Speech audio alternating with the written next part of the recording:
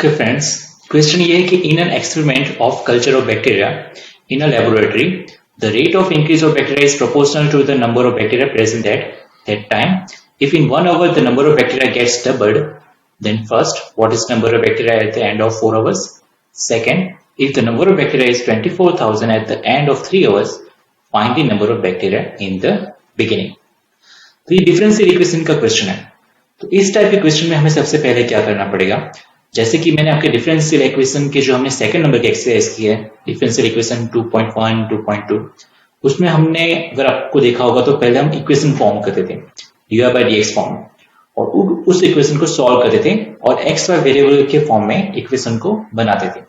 उसी तरह यहाँ पे भी हमें करना है कि पहले सबसे पहले डिफरेंशियल इक्वेशन बनाएंगे, ये जो इन्फॉर्मेशन दी है उसकी मदद से dy by dx फॉर्म में, और उसको फिर सॉल्व करेंगे, यानी कि एक्स वाई वेरिएबल के फॉर्म में इक्वेशन को लाएंगे और फिर ये सारी डिटेल्स जो हमें दी हुई है उसके बेस पे हम ये दोनों क्वेश्चंस का आंसर देंगे। तो सबसे पहले जरूरी है डिफरेंशियल इक्वेशन बनाना। अब हमें इंफॉर्मेशन क्या दी है, in an experiment of culture of bacteria in a laboratory the rate of increase of bacteria is proportional to the number of bacteria present at that time. तो इसका क्या मतलब हुआ, the rate of increase of bacteria, सबसे पहले तो x Y variable हमें कुछ पता नहीं है कि एक्स क्या है वाई क्या है, तो सबसे पहले हमें डिसाइड करना पड़ेगा कि जो बैक्टीरिया है, हम बैक्टीरिया के रिगार्डिंग यहाँ पे डिफरेंशियल इक्वेशन बना रहे हैं। तो rate of increase of bacteria, तो बैक्टीरिया को सपोज हम ले रहे हैं एक्स, कि जो भी है बैक्टीरिया उसको हम रिप्रेजेंट करेंगे एक्स से। तो rate of increase of bacteria, तो rate of increase of bacteria क्या हुआ, dx by dt, करेक्ट, क्योंकि बैक्टीरिया किस रेट से बढ़ रहा है वो विद रिस्पेक्ट टू टाइम बढ़ेगा। तो हमें dx by dt यहां पे दिया हुआ है कि the rate of increase of bacteria, मतलब कि बैक्टीरिया जिस रेट से बढ़ रहा है, तो बैक्टीरिया किस रेट से बढ़ेगा वो हम कैसे डिसाइड कर पाएंगे, विद रिस्पेक्ट टू टाइम वो कैसे बढ़ रहा है वैसे ही डिसाइड कर पाएंगे। तो उसको हम रिप्रेजेंट कर सकते हैं dx by dt, जहां पे x जो है वो रिप्रेजेंट कर रहा है बैक्टीरिया को, और t जो है वो with respect to time rate of increase of bacteria, इसलिए हम इसको बता रहे हैं पूरे को dx by dt फॉर्म से। अब वो दिया गया है proportional to the number of bacteria present at that time, मतलब उस टाइम पे जो भी बैक्टीरिया होंगे x, जो भी टाइम होगा उस टाइम पे जो भी बैक्टीरिया की जो नंबर्स होगा x उसको प्रोपोर्शनल है। अब मैं बता दूं प्रोपोर्शनल का मीनिंग क्या होता है। सपोज आपको अगर दिया हो कि x प्रोपोर्शनल y, उसका मतलब ये हुआ कि जैसे जैसे x बढ़ेगा वैसे वैसे y बढ़ेगा, उसी तरह उसका रिवर्स भी, जैसे जैसे y बढ़ेगा उसी तरह x भी बढ़ेगा। तो इसको बोलते हैं प्रोपोर्शनल। इसका मतलब होता है कि जिस रेट से y बढ़ रहा है उसी रेट से x भी बढ़ेगा। Okay, x proportional y, x is equal to y नहीं, ये ध्यान रखिएगा। अगर इसको इक्वल टू करना हो तो x इक्वल टू, इसको किसी कांस्टेंट से मल्टीप्लाई करना पड़ेगा, k या कोई भी ऐसे कांस्टेंट से, जिससे कि ये दोनों जो नंबर्स हैं वो इक्वल हो जाए।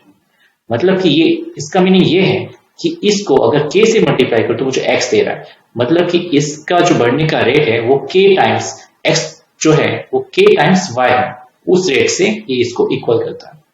इसका मतलब है कि अगर ये बढ़ रहा है तो ये भी बढ़ रहा है, लेकिन किस रेट से बढ़ रहा है वो हमें नहीं पता। तो उसको बताने के लिए इक्वल टू ky लिख सकते हैं, मतलब कि y का k टाइम्स x है, यानी अगर y बढ़ेगा तो ये भी बढ़ेगा, अगर ये घटेगा तो ये भी घटेगा, लेकिन कितने रेट से घटेगा वो हमें कांस्टेंट k की मदद से पता चलता है, तभी हम इक्वल टू लिख सकते हैं।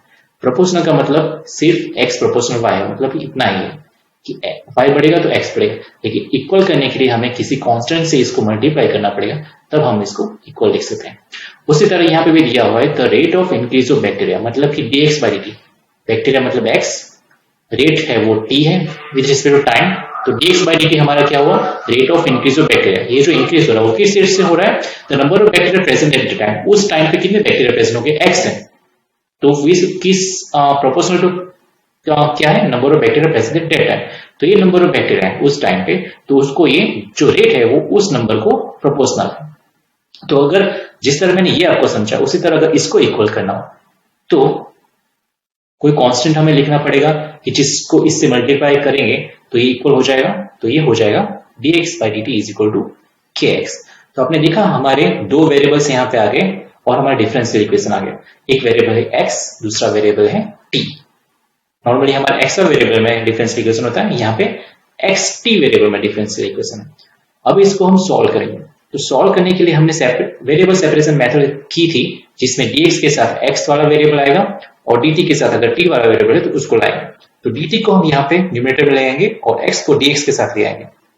तो dx अपॉन x हो जाएगा और ये dt k के साथ आएगा तो ये हो जाएगा k dt। अब इसको हम सॉल्व करेंगे। तो दोनों साइड अगर इंटीग्रेशन करते हैं तो k तो कांस्टेंट है, तो यहाँ पे इसका इंटीग्रेशन होगा dt का, तो इसके साथ 1 है, कुछ नहीं है तो हम यहाँ पे कंसीडर कर सकते हैं 1 है। तो यहाँ पे 1 अपॉन x का integration with respect to x हमें पता है क्या होता है, log x is equal to, ये है k कांस्टेंट है, 1 यहाँ पे है तो 1 का integration with respect to t है, विथ रिस्पेक्ट टू t क्या होगा t, log x is equal to k t और कांस्टेंट हम लिखेंगे c। इंटीग्रेशन कर रहे हैं तो कांस्टेंट हमें लिखना ही पड़ेगा, लेकिन यहाँ पे log में है तो हम कांस्टेंट को भी लिखेंगे log में, जिससे हमें बाद में सिंप्लीफिकेशन करने में आसानी रहेगी। मैंने पहले भी आपको समझाया कि अगर log हो तो c को c की जगह log c भी लिख सकते हैं, जिससे कि हमें बाद में सिंप्लीफिकेशन करने में आसानी रहे। ये सभी कुछ बेसिक पॉइंट्स मैंने आपको एक्सरसाइज सेकंड डिफरेंशियल इक्वेशन की, एक्सरसाइज थर्ड, उस सब भी मैंने समझाया, तो उसको आपको फॉलो करना है। अगर आप नहीं समझ पाए तो उसको एक बार देख लीजिएगा। अब इसको मैं log c को यहाँ पे ले आऊंगा लेफ्ट हैंड साइड, तो ये हो जाएगा log x minus log c is equal to kt। तो ये हो जाएगा log की रूल के हिसाब से log x minus log c को हम लिख सकते हैं log x by c is equal to kt, correct. Okay, अब हमें पता है कि log में अगर कोई बेस ना लिखा हो तो हमें कंसिडर कर लेना बेस e है। तो मैंने आपको ये रूल भी सिखाया था कि अगर log x base y is equal to z हो तो y का पावर z हो जाएगा और इक्वल टू हो जाएगा x, ये भी मैंने आपको सिखाया। तो यहाँ पे log x by c base e is equal to kt हो तो e का पावर हो जाएगा, यहाँ पे जैसे y का पावर z हो गया वैसे e का पावर हो जाएगा e raise to kt is equal to हो जाएगा, ये यहाँ पे x है तो यहाँ पे उसकी जगह x बाय c। तो हमारा x इज इक्वल टू हमें मिला, ये c को हम यहाँ पे मल्टीप्लिकेशन में ले जाएंगे तो ये हो जाएगा c into e raise to k। तो ये हमारा इक्वेशन हो गया फाइनल। तो हमने डिफरेंशियल इक्वेशन पहले बनाया, वो डिफरेंशियल इक्वेशन सॉल्व किया तो हमें x और t वेरिएबल में हमारा इक्वेशन मिल गया। लेकिन अभी तो हमारा सिर्फ 50% काम हुआ, अभी और 50% काम बाकी है। अब आपको उसके बाद क्या करना है, इस c कांस्टेंट को रिमूव करना है, ओके, और उसके बाद ये k कांस्टेंट को भी रिमूव करना है। उन दोनों को रिमूव करने के लिए आपको जो इंफॉर्मेशन दी हुई है उसका हम यूज करेंगे। सबसे पहले हमें x क्या है, कोई भी t टाइम पे x जो है वो बैक्टीरिया के नंबर्स बता रहा है कि बैक्टीरिया इतने हैं, राइट, उसकी पॉपुलेशन बता रहा है t टाइम पे। सपोज हमें इनिशियल वैल्यू तो नहीं दी है बैक्टीरिया की, जब स्टार्ट हुआ ये एक्सपेरिमेंट तब t is equal to 0 time पे बैक्टीरिया कितने थे, तो वो हम अपने हिसाब से कंसीडर कर लेते हैं कि t is equal to 0 at t is equal to 0, मतलब जब स्टार्ट हुआ एक्सपेरिमेंट मतलब 0 टाइम पे सपोज बैक्टीरिया जो थे, बैक्टीरिया की जो पॉपुलेशन थी x is equal to x0 थी। वो हम क्यों कर रहे हैं, क्योंकि हम ये c को रिप्लेस करना चाहते हैं x0 के फॉर्म में, इसलिए हम ये कंसीडर करें कि 0 टाइम पे सपोज बैक्टीरिया जो थे उस टाइम जो मौजूद होगी जब एक्सपेरिमेंट स्टार्ट हुआ था तब x0 थे। तो ये वैल्यूज हम यहाँ पे रख देंगे, तो ये क्या हो जाएगा, x की जगह t इज इक्वल 0 टाइम पे x कितना था x0, तो x की जगह आ जाएगा x0 c e raise to, ये t यहाँ पे 0 आ जाएगा तो k इंटू 0 हो गया 0, तो ये e रेज टू 0 हो गया 1, तो c इज इक्वल टू हमें मिला x0। ये c की वैल्यू हम यहाँ पे पुट कर देंगे इस इक्वेशन में, तो हमारा इक्वेशन क्या होगा, x is equal to x0 e raise to kt, right, जहां पे x0 क्या है, x0 is equal to number of bacteria at time t is equal to 0, मतलब जब एक्सपेरिमेंट स्टार्ट हुआ होगा मतलब 0 टाइम पे ये नंबर ऑफ बैक्टीरिया जो होंगे उसको वो रिप्रेजेंट कर रहा है। तो हमारा एक कांस्टेंट रिमूव हो गया c, जो हमें रिमूव करना था। अब हम दूसरा कांस्टेंट रिमूव करेंगे k को रिमूव करने के लिए हमें क्वेश्चन में जो इंफॉर्मेशन दी है उसका यूज करेंगे। हमें दिया हुआ है कि in 1 hour the number of bacteria gets double, मतलब 1 घंटे में जो शुरू में जो बैक्टीरिया होंगे वो कितने हो जाते हैं, डबल हो जाते हैं। इस इंफॉर्मेशन का हम यूज करके ये बात जो k कांस्टेंट उसको फाइंड आउट करेंगे। ओके, तो वो कैसे करेंगे, t is equal to 1 hour लेंगे और जो इनिशियल बैक्टीरिया है वो 2 टाइम्स ले लेंगे। ओके, तो t is equal to 1 hour लेंगे और जो बैक्टीरिया डबल हो जाते हैं, मतलब इनिशियली जो हमने जो बैक्टीरिया बताया है x0, वो कितने हो जाएंगे डबल होके 2x0 हो जाएंगे। ऐसा ये बता रहा है इक्वेशन कि t is equal to 1 time पे बैक्टीरिया जो इनिशियली होंगे वो डबल हो जाएंगे 1 आवर में, राइट। तो t इज इक्वल टू हमें दिया हुआ at t is equal to 1 hour, जो बैक्टीरिया कितने हो जाते हैं डबल हो जाते हैं, मतलब अगर हमारे इनिशियल बैक्टीरिया हमने ले लिए x0 होंगे तो at t is equal 1 hour पे हमारे बैक्टीरिया कितने हो जाएंगे, x इज इक्वल टू कितने हो जाएंगे, जो इनिशियल है उसके 2 टाइम्स 2x0। ये दोनों वैल्यू हम फिर से हमारे ये इक्वेशन में रख देंगे। तो क्या हो जाएगा इक्वेशन, x की जगह 2x0, ये x0 यहां पे आ जाएगा और e रेस टू हो जाएगा t is equal to 1 hour, मतलब 1 यहां पे लिख देंगे t की जगह, तो ये हो जाएगा 1 इंटू k, करेक्ट। तो ये x0 यहां पे डिवीजन में जाएगा 2x0 के अपॉन में, तो e रेस टू क्या होगा 2x0 अपॉन x0, x0 चला जाएगा, तो e रेस टू k हो जाएगा हमारा 2। तो e रेस टू k की वैल्यू हमें मिली 2। इससे k कांस्टेंट हमें क्या मिलेगा, तो k कांस्टेंट हमें मिलेगा जैसे कि मैंने बताया था कि इसी ये जो फॉर्मूला है y raise to z is equal to x, इसको log के फॉर्म में लिखना हो तो कैसे लिख सकते हैं, log x हो जाएगा, ये y बेस में आ जाएगा और ये जो पावर है वो हमारा आंसर हो जाएगा। तो उसी तरह यहां पे भी हम करेंगे, log 2 हो जाएगा, ये जो e है वो बेस में आ जाएगा और जो पावर है वो हमारा आंसर हो जाएगा। मतलब कि k की वैल्यू क्या आई, log 2 बेस e। ये वैल्यू अब हम यहां पे फिर से पुट कर देंगे, तो हमारा c कांस्टेंट रिमूव हो गया था, अब ये k कांस्टेंट भी रिमूव हो जाएगा।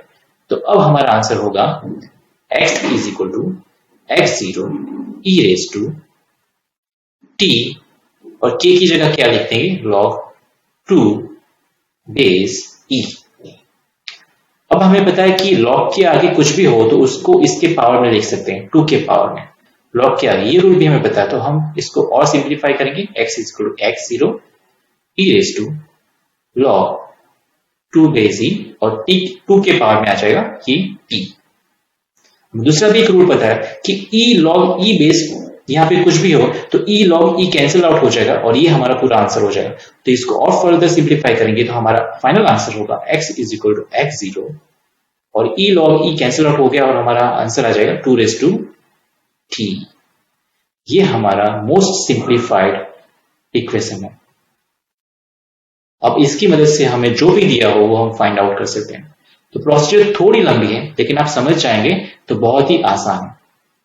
सबसे पहले हमें डिफरेंशियल इक्वेशन बनाना, करेक्ट। डिफरेंशियल इक्वेशन बनाने में हमें कंसीडर करना है कि जो भी दिया हो उसको कंसीडर कर लो, कुछ भी। हमें बैक्टीरिया दिया हो उसको हम कंसीडर कर लेंगे x, rate of increase of bacteria मतलब dx बाई dt, मतलब टाइम के हिसाब से बैक्टीरिया बढ़ रहे हैं तो dx बाई dt हमें लेना है, right, with respect to time x bacteria की पॉपुलेशन बढ़ रही है तो वो हमारा dx बाई dt हो गया। अब किस रेट से बढ़ रही है, वो प्रोपोर्शनल है number of bacteria present at that time. उस टाइम पे suppose number of bacteria x होंगे तो वो उसको प्रोपोर्शनल है, x को प्रोपोर्शनल है, मतलब ये ऐसे लिखा जाएगा। मैंने बताया कि प्रोपोर्शनल कैसे लिखा जाता है, ऐसे x प्रोपोर्शनल बाय ऐसे। तो जो रेट ऑफ बैक्टीरिया मतलब dx बाई dt है वो प्रोपोर्शनल क्या है, x उस टाइम जो भी नंबर होगा x है उसको प्रोपोर्शनल, मतलब dx by dt proportional to x है। इसको इक्वल करने के लिए हमें कांस्टेंट से मल्टीप्लाई करना पड़ेगा, जैसे कि मैंने आपको समझा कि इक्वल करने के लिए कांस्टेंट से मल्टीप्लाई करते हैं इस प्रोपोर्शनल वाली इक्वेशन को। फिर दोनों से इंटीग्रेशन करेंगे तो इंटीग्रेशन तो बहुत आसान है, हमें पता है कैसे करते हैं। फिर इसको लॉग में सिंप्लीफाई किया, लॉग में आया, फिर ये log x by c base e is equal to kt है। तो मैंने ये लॉग को कैसे रिप्रेजेंट करते हैं पावर रूल में वो भी मैंने आपको समझाया था। तो e पावर kt आ जाएगा इस हिसाब से, जैसे y पावर z होता है, e पावर kt हो गया is equal to x by c हो गया। c को यहाँ पे लाए, ओके। अब हमारा दूसरा ये जो इक्वेशन है ये हमारा फाइनल सॉल्यूशन नहीं है। इसके बाद हमें क्या करना होता है, c और k को रिप्लेस करना होता है। तो c को रिप्लेस करने के लिए हम इनिशियल जो नंबर है x का वो मतलब कि बैक्टीरिया का वो हमें पता नहीं है, तो वो हम फिर से कंसिडर करते हैं कि सपोज इनिशियल जो नंबर्स होंगे बैक्टीरिया के वो x0 है। कब, जब t इज इक्वल टू 0, जब एक्सपेरिमेंट स्टार्ट हुआ होगा, मतलब 0 टाइम पे। t इज इक्वल टू 0 पे हमने x is equal to x0 लेना है, क्यों, क्योंकि उसकी वजह से हम ये c को रिप्लेस करना चाहते हैं। तो t इज इक्वल टू 0 पे x is equal to x0 है तो x की जगह x0 लिखेंगे, t की जगह 0 लिखेंगे, तो k इंटू 0 0 हो गया और e इज टू 0 1 हो गया, तो c की वैल्यू मिल गई x0। वो वैल्यू हम यहाँ पे पुट कर देंगे तो हमारा सी रिप्लेस हो गया। अब हमें उसके बाद के को रिप्लेस करना है, तो उसको रिप्लेस करने के लिए हम जो क्वेश्चन में दी है इन्फॉर्मेशन उसकी हेल्प लेंगे। क्वेश्चन में इन्फॉर्मेशन दी है कि in 1 hour the number of bacteria gets double, मतलब T is equal to 1 hour होता है तो नंबर ऑफ बैक्टीरिया डबल हो जाते हैं। मतलब नंबर ऑफ बैक्टीरिया अगर इनिशियली x0 है तो अब कितने हो जाएंगे 2x0। तो T is equal to 1 hour वो हम यहाँ पे लिख देते हैं k इंटू 1, तो वो k हो गया, और x इज इक्वल टू तब जो इनिशियल होगा नंबर उसका डबल होगा 2x0 का, तो x की जगह हम लिख देंगे 2x0। तो x0 कैंसिल आउट हो चुका है, तो a raise to k is equal to 2 मिला। ये भी हम लॉग के फॉर्म में अगर लिखना हो तो log 2 base e is equal to ये जो हमारा पावर है वो हमारा आंसर हो जाएगा। तो k की वैल्यू हमें मिल गई, वो k की वैल्यू हम फिर से यहाँ पे पुट कर देंगे तो हमारा c तो रिप्लेस हो ही गया था, अब k भी रिप्लेस हो जाएगा। तो x is equal to x0 e raise to t into log 2 base e हुआ। ये t आगे जो है वो log के रूल के हिसाब से इसके पावर में चला जाएगा और e log e cancel out होके ये फाइनल आंसर ये आएगा। अब हम जो भी क्वेश्चन दिए हैं उसके आंसर ढूंढ सकते हैं। फर्स्ट क्वेश्चन क्या दिया हुआ कि what is the number of bacteria at the end of 4 hours, मतलब t is equal to 4 hours हो तब बैक्टीरिया की नंबर्स क्या है। तो अब हम यहाँ पे जो इक्वेशन है उसमें t इज इक्वल टू 4 लेंगे, तो हमारा फर्स्ट जो क्वेश्चन है उसका आंसर होगा at t is equal to 4, यानी कि t की जगह 4 लिख देंगे तो x क्या होगा, x is equal to x0 जहां पे इनिशियल नंबर है बैक्टीरिया का, ये हमें फाइंड करना है। x0 इनिशियल नंबर है और t हमें दिया हुआ है 4 आवर्स, तो ये क्या हो गया x is equal to 2 raise to 4 is equal to 16, right. तो x is equal to 16x0, मतलब at t is equal to 4 hours number of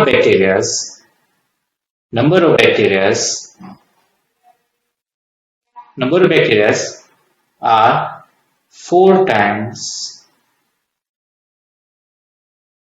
of, sorry, not 4 times, number of bacteria 16 times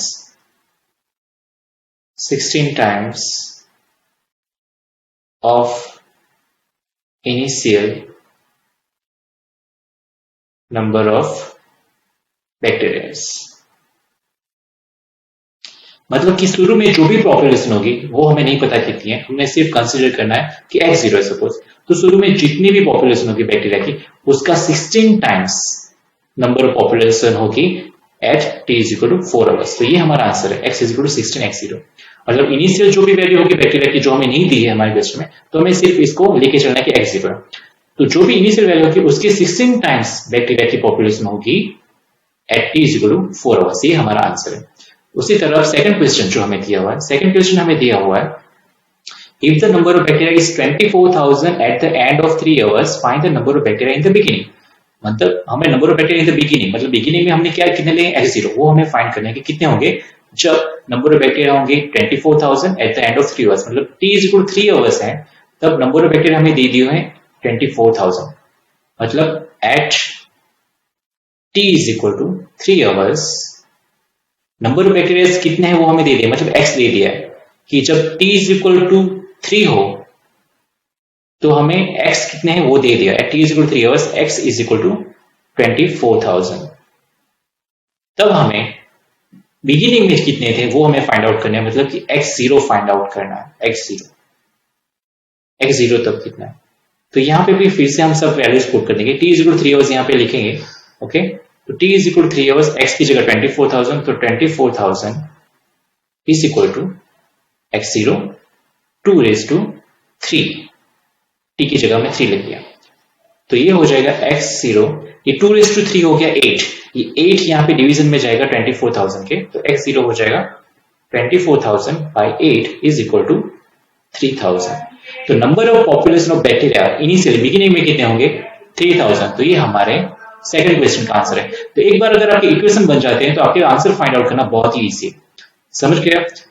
हमने ये equation बना लिया, उसके बाद हमारा first question क्या था कि t is equal to 4 hour पे जो नंबर ऑफ बैक्टीरिया है वो कितने होंगे। अब हमें इनिशियल वैल्यू तो हमने कंसीडर कर लिए, x0 हमें दी नहीं हुए तो x0 लेके ही चलेंगे। ये सब वैल्यू हमने पुट कर दी, t इज इक्वल टू 4 लिखा, x की जगह x0, ये x0 तो वही वैसा का वैसा ही रहेगा, और हमें x फाइंड करना है, तो x हमें मिला 16x0, मतलब हमें नंबर ऑफ बैक्टीरिया कितने मिले, जो भी इनिशियल वैल्यू होगी नंबर ऑफ बैक्टीरिया की उसका 16 टाइम्स।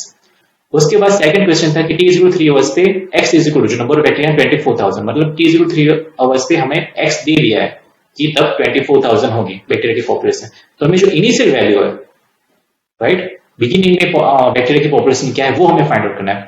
तो x0 तो रहेगा t की जगह 3 यानी कि 2 क्यूब हो जाएगा, x 24,000 2 क्यूब हो गया 8, इस 8 को हम यहाँ पे डिवीजन में लाएंगे तो 24,000 अपॉन 8 हो जाएगा 3,000। तो हमारी जो बिगिनिंग में जो भी बैक्टीरिया की पॉपुलेशन होगी वो 3,000 होगी। अगर 3 आवर के बाद 24,000 पॉपुलेशन है तो बिगिनिंग में जो हमारी जो बैक्टीरिया की पॉपुलेशन होगी वो 3,000 होगी। तो ये हमारा सेकंड क्वेश्चन का आंसर है। तो इजी है, अगर आप समझ जाते हैं इक्वेशन और क्वेश्चन को तो इसको सॉर्ट आउट करना बहुत ही इजी है।